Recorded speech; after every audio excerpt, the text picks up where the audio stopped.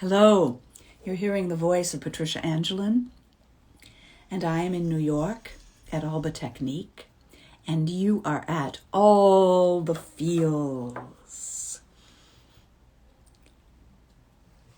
Thank you so much for joining me. In our ongoing approach of great poetry,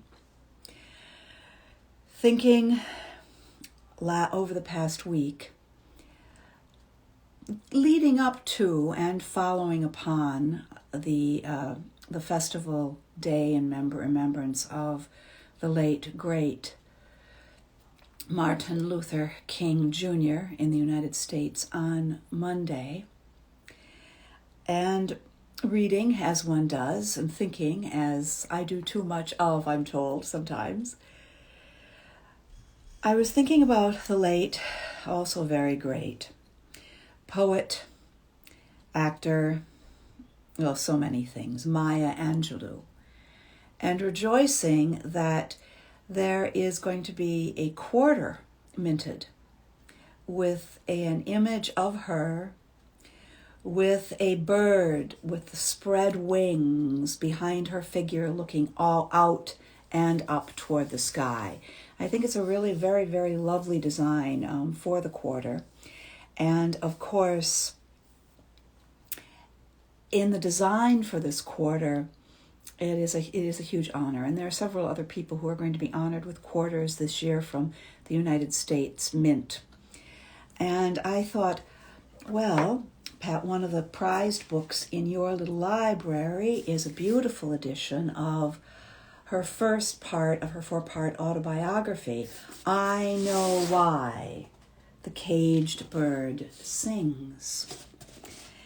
Now, the poem is not in the first autobiography, but it is the title is taken from a magnificent piece of poetry that she wrote entitled Caged Bird. So, Caged Bird is our poem for today. It's been many years since I've read it, and so with you, I am approaching it yet again. As always, I will turn the camera around so that you can see a beautiful sight of greenery. Well, the whole wall, actually, so maybe I should pull it a little further forward. Oh, well, I'm sure you're all right with that. Caged Bird by Maya Angelou.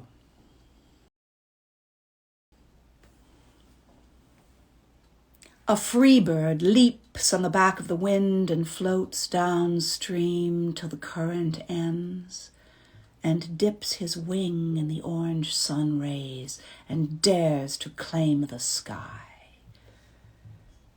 But a bird that stalks down his narrow cage can seldom see through his bars of rage. His wings are clipped and his feet are tied.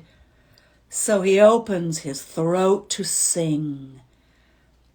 The caged bird sings with a fearful trill of things unknown but longed for still, and his tune is heard on the distant hill, for the caged bird sings of freedom. The free bird thinks of another breeze, and the trade wind soft through the sighing trees. And the fat worm is waiting on a dawn-bright lawn, and he names the sky his own. But a caged bird stands on the grave of dreams. His shadow shouts on a nightmare scream. His wings are clipped and his feet are tied, so he opens his throat to sing. The caged bird sings with a fearful trill of things unknown, but longed for still, and his tune is heard on the distant hill, for the caged bird sings of freedom. Caged Bird is from Shaker, Why Don't You Sing?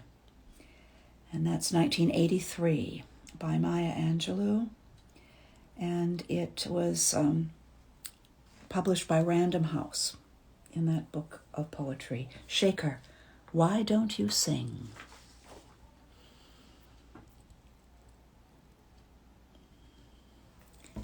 And I thank you for being with me for that. And that discussion and transmutation of righteous anger into brilliant poetry that, even though it's not very old and most of the things that I do here have passed the test of a long time, I believe that this is a classic and that it will stand the test of time, and that people will still be reading and speaking Maya Angelou's words in a lot of her poetry, but particularly in this piece, Caged Bird, because she goes from the specific to a universal experience, which is a race experience, and it's so good and it's so specific that it becomes, as all great works of art do, it becomes universal. And it speaks to the entirety of the human experience. Because metaphorically, many of us are caged in other ways, and not only the obvious ways. The cage of mental illness. So there are other cages other than the clear and obvious and historically rooted one about which she sings. So I thank you for being with me, and for Alba technique and all the feels. I am Patricia Angelou. I will be happy to hear from you with any questions you have, any thoughts you have on human emotion, and any great works of art that you would like to hear brought to this particular forum. And as I've said before, as a final note, I think it's really good to approach a piece of poetry, to hear it in another voice, in this case mine, and then to look it up yourself, to read it silently yourself, and then to read it aloud yourself, so that you also hear it and feel the vibrations in your own body, and thus it becomes yours in 3 different ways. Thank you so much.